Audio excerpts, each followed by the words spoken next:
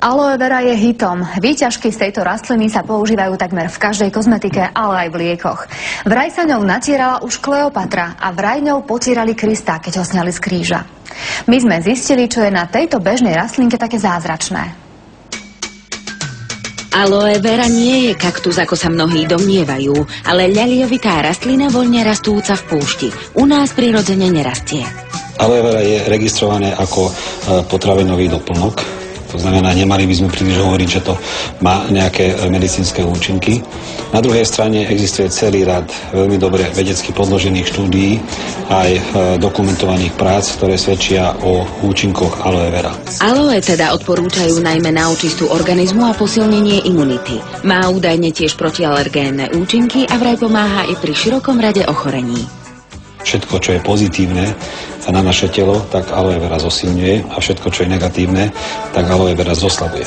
Celkové aloe vera obsahuje viac ako 200 biologicky aktívnych látok. Je veľmi dôležité povedať, že pokiaľ chceme aloe vera používať na vnútorné používanie, tak to musí mať túto konzistenciu.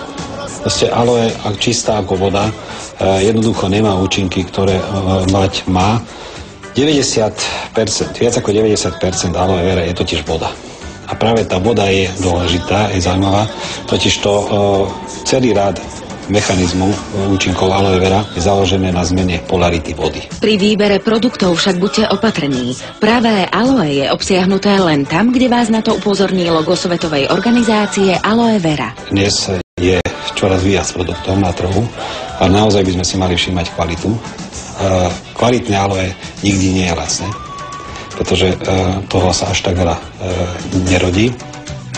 Naše babičky pestovali aloe vera, pretože tedy boli iné časy, ale jednak si treba dať pozor na zámenu aloe vera s rôznymi kaktusmi alebo z agave, ktoré sú vysokotoxické. Aloe, ktoré možno máte doma aj vy, nikdy nepoužívajte na vnútorné použitie. Jeho kôra totiž obsahuje určité toxické prvky.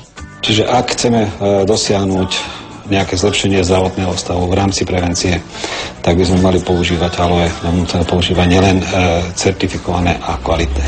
A pokiaľ máme doma tú rastlinku, tak sa dá použiť pri odreninách, pri menších ranách, pri popáleninách.